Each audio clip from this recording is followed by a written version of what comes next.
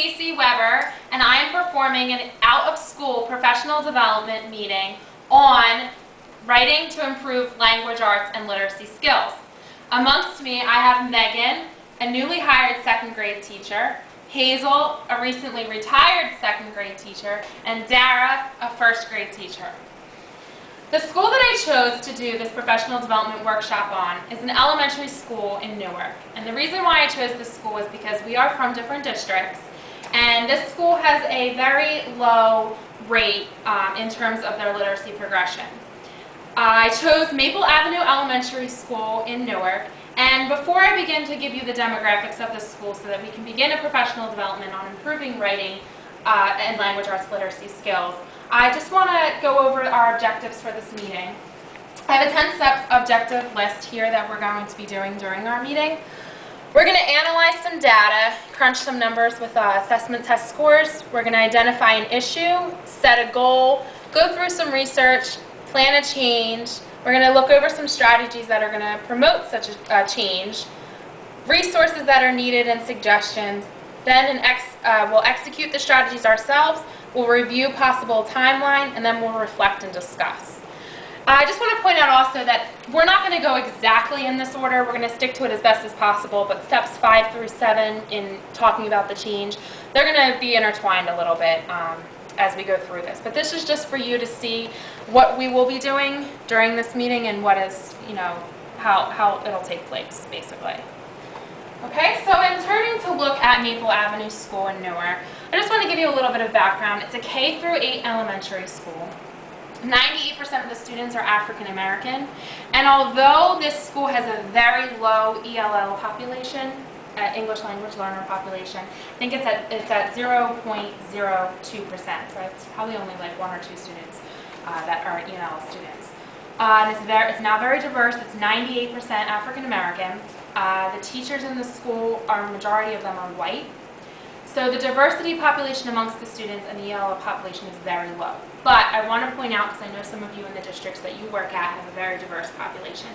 The activities that we are going to be doing in this professional development video are very good for ELL learners, extremely good for ELL learners, and they would work amongst a diverse population. So I just want to have you keep that in mind. In looking at Newark's population, first, another thing, I'm sorry. This professional development does not require any additional budgeting information, just putting that on the record. Everything done in this professional development, although it is outside of a school setting, would normally be provided by the school, posters and teachers with notepads. Very simple. And now looking back at Newark, so Maple Avenue Elementary School in Newark has a 15-to-1 student-teacher ratio. So for every 15 students, there's 1 teacher. 90% of their students receive free lunch, and 89% of these students are considered economically disadvantaged. So it's a very low income city and very low income district. Newark is the lowest performing school district for the New Jersey Ask Assessment and all assessment testing in the state of New Jersey. So they have the lowest test scores. So I wanted to look over these numbers and see how low we're talking. Now I'm just going to point out to you their literacy test scores so that we can move on from here in understanding possibly why these scores are so low. So I'll give you an example for 3rd through 8th grade, the testing zones. 3rd grade language arts literacy, they scored a 41%. The state average was a 67%. 4th grade, they scored a 34%. State average was 59%. 5th grade, they scored only 15%. State average was 62%.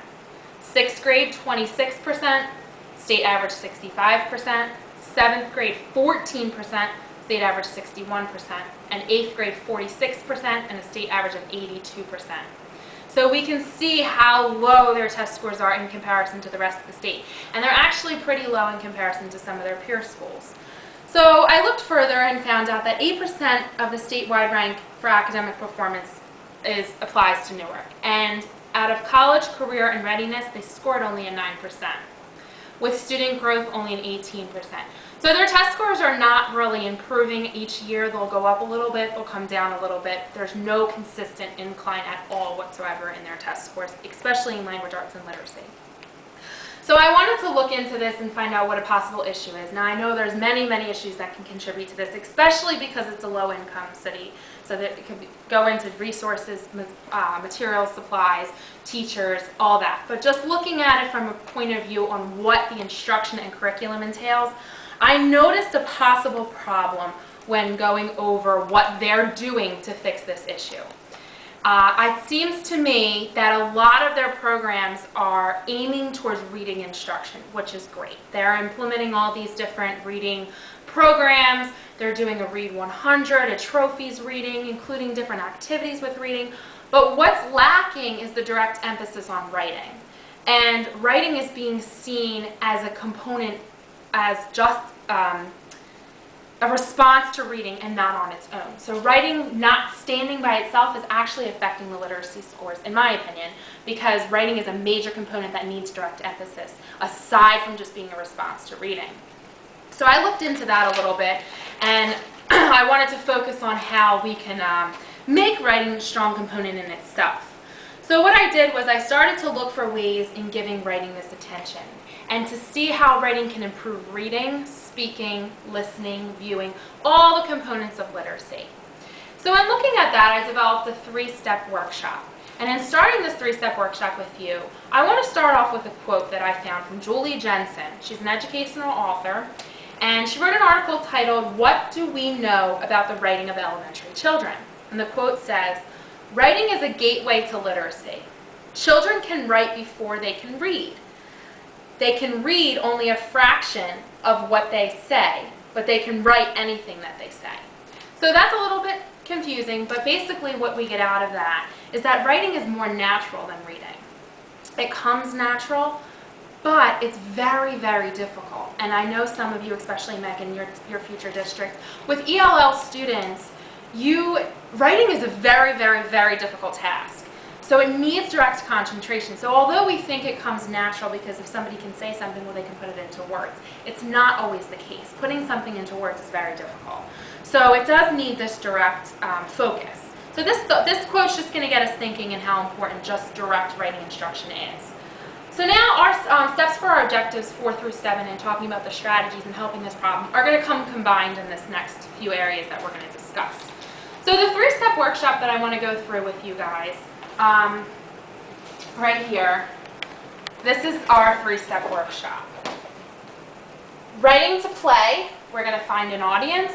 Writing to express, controlling the subject. And writing to know, research, to write, and a purpose for writing. So I'll explain this to you right now. I was inspired by another educational author, Moif, his name is. And he came up with 3 steps that he said all writers need. And the 3 steps that he said writers need are finding the audience, controlling the subject, and a reason for writing. And he said if students could have these 3 steps, they will be inspired to write, and their writing will actually be better because they'll know why they're writing, they'll know the purpose for it, they'll be inspired to write, and they'll know how they're supposed to be writing. So I took these 3 steps into consideration, and I did more research to come up with the first components of these steps in looking at other educational authors and finding ways that we can learn together 3 steps that will help focus just on writing for our students. And typically speaking, we're speaking here grades 1 through 3, but this can apply and be tweaked for different grades as well. So in looking at our first step, writing to play, and I told you I got this from Motif's, one of his steps, but writing to play, I came up with that term through Lucy McCormick Calkins. She's a famous educational author, she's a big researcher, and what she did was she wrote about a writer's craft, and her writer's craft is the steps to writing. And what she said in her writer's craft is that the beginning stages of writing with elementary students starts with writing to play. And what she means by writing to play is that you have to allow your students to play with their words. You have to take out all the extra worries that they would have in writing about grammar and putting capital letters in and knowing if it makes sense. You have to let them just try it. Let them just play with the words. Let them be free to write what they're thinking. And she said in doing that, you'll actually help them through response to that writing in how to develop a need for finding the audience, just from letting them play with these words. So what I'm going to do now is I'm going to show you through a hands-on activity how you, what exactly I'm saying here and how you would find what to do for an audience in just free writing. So I'm going to ask you to just take 2 or 3 minutes now and write down on a piece of paper anything that comes to mind.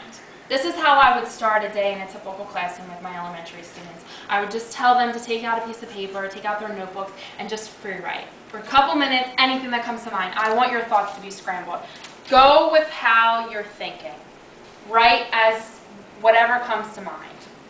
It could be incomplete thoughts, fragments, just anything that comes to mind.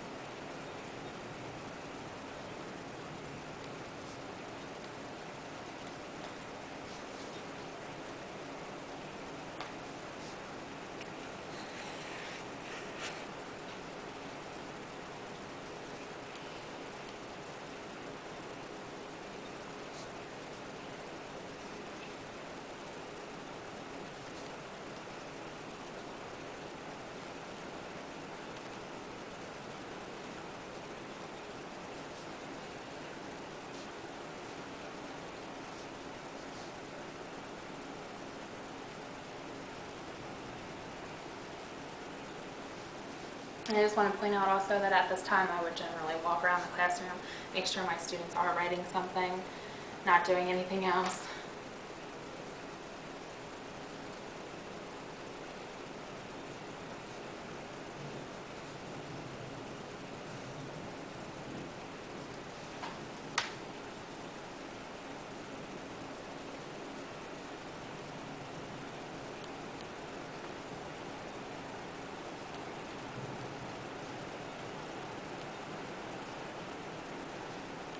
Okay, and just finish up a couple last things that you're writing.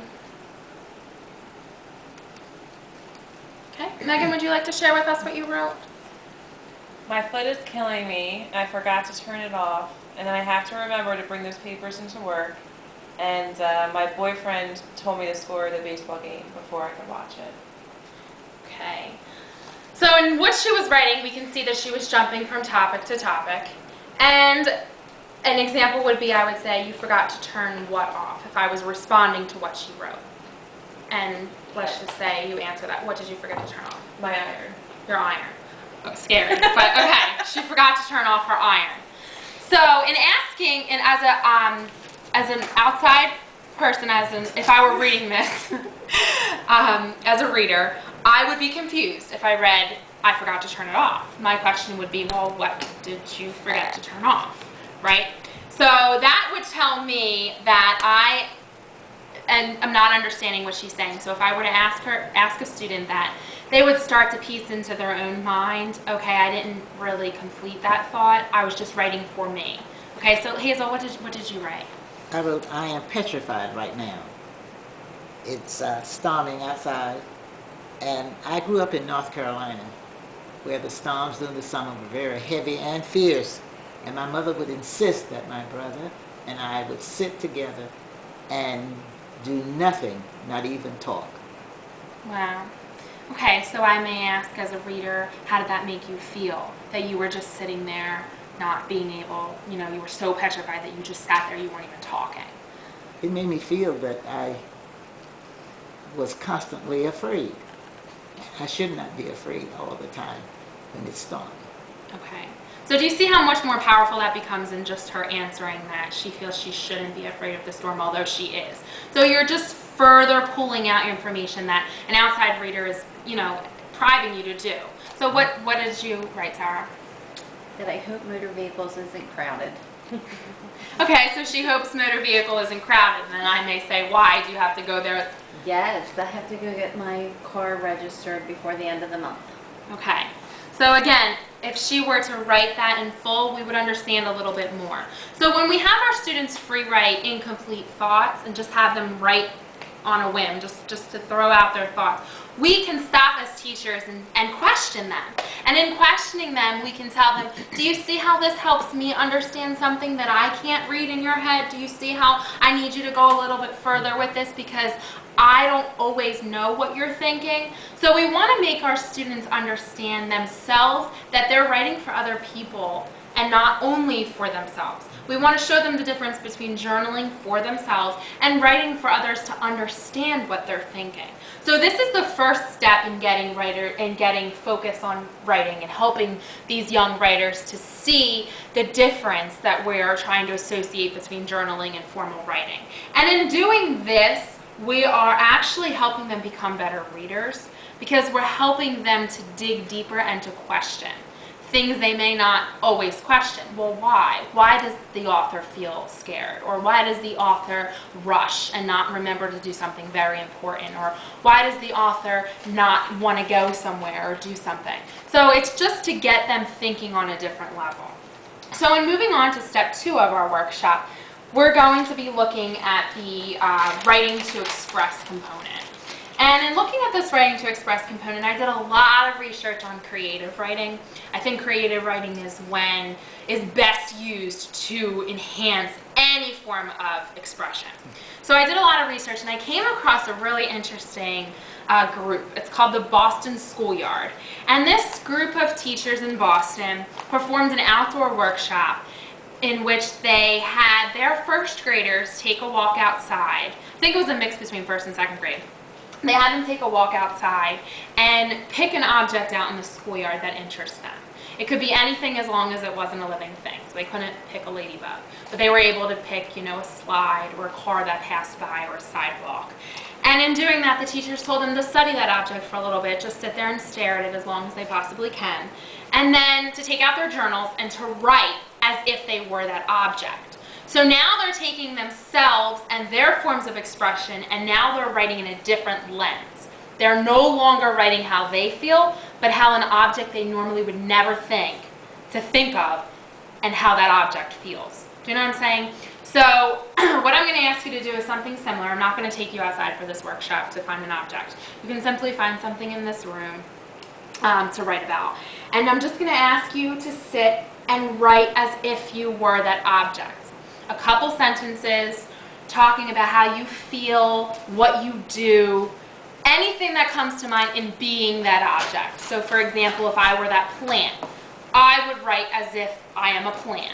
Okay? So you're going to take a minute or two, just a couple sentences to get the point across and write about an object in this room. That's not living.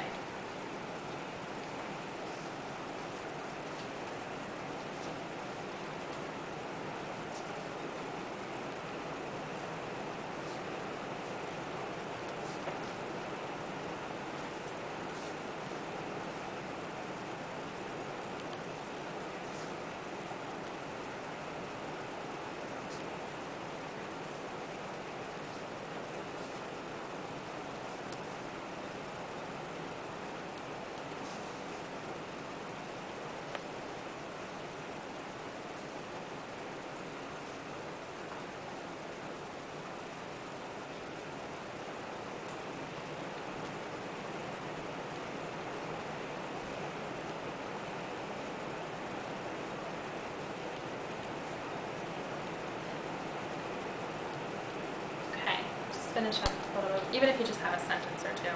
Hazel, would you like to share the object that you chose? Yes, I'm in the TV. TV, I'm okay. in TV. And I give out information as well as fun and humor.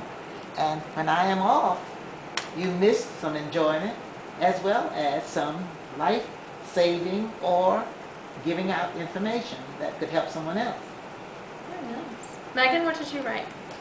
I am used to sit on by people all day. The only time I move is when a person picks me up. I never get to see the face of who is using me. Wow, so chair, right? Okay, so that was really, a great way to just, I'm not excluding you, but I'm just going off these examples. In finding an object that typically doesn't have thoughts and writing about it, you're being creative, right? And in writing as the emotions of something other than yourself, you're using a different lens. So these are very powerful tools for young students to use and to help them improve their writing and again with their reading. Because when we read, as readers, we need to often switch our lenses. We need to see things in different lights and realize different points of view as we read. So this is helping students at a young age to start to get used to that process in a creative, fun way that's really pretty simplistic, right? So moving on to our last and final component of this workshop, writing to know. Now, I got writing to know from another famous author, Judith A. Monk. And in the textbook, The Reading Teacher, Judith Wright talks about something called guided writing. And when I saw this pop up on my computer screen as I was doing research, I immediately grabbed onto it because I've always heard of guided reading, but I have to admit, I've never heard of guided writing. I assumed, okay, you guide students, but I really was intrigued by this and I wanted to see what she meant by this. And what she means by this is she has 3 steps in guided writing. And she says that guided writing is the process used for meaningful and purposeful writing. And the 3 steps that she uses are to gather information, which I have here as well for you. I'll show you that in a second. So you're going to gather information with your readers, and then from there you're going to guide the writing, and then you're going to work the writing. So those are the 3 steps. So I'll say them again. Gather the information, guide the writing, work the writing. Okay, so what she means by that is she gave a sample, and I'm taking her exact sample because I think it hits the nail on the head here as a perfect example for you guys between 1st and 3rd grade. And what she says is she has her students pick a topic, and the students, I think there was a spider in the room, and the students chose to do the topic on a spider. So what she did, she calls this her 3-sectional graph. She put the spider in the center with a picture of the spider. She always believes in showing students an image of what they're talking about. So she put the image in there. And for the first step of gathering our information, she labeled 3 different components. What they do or the behavior of the spider, feelings that we get in relation to the spider, and the appearance of the spider. And why she broke it up like this is because she wants students to think of different components in relation to the spider and not just immediately, oh, they're gross, that's my feelings towards them.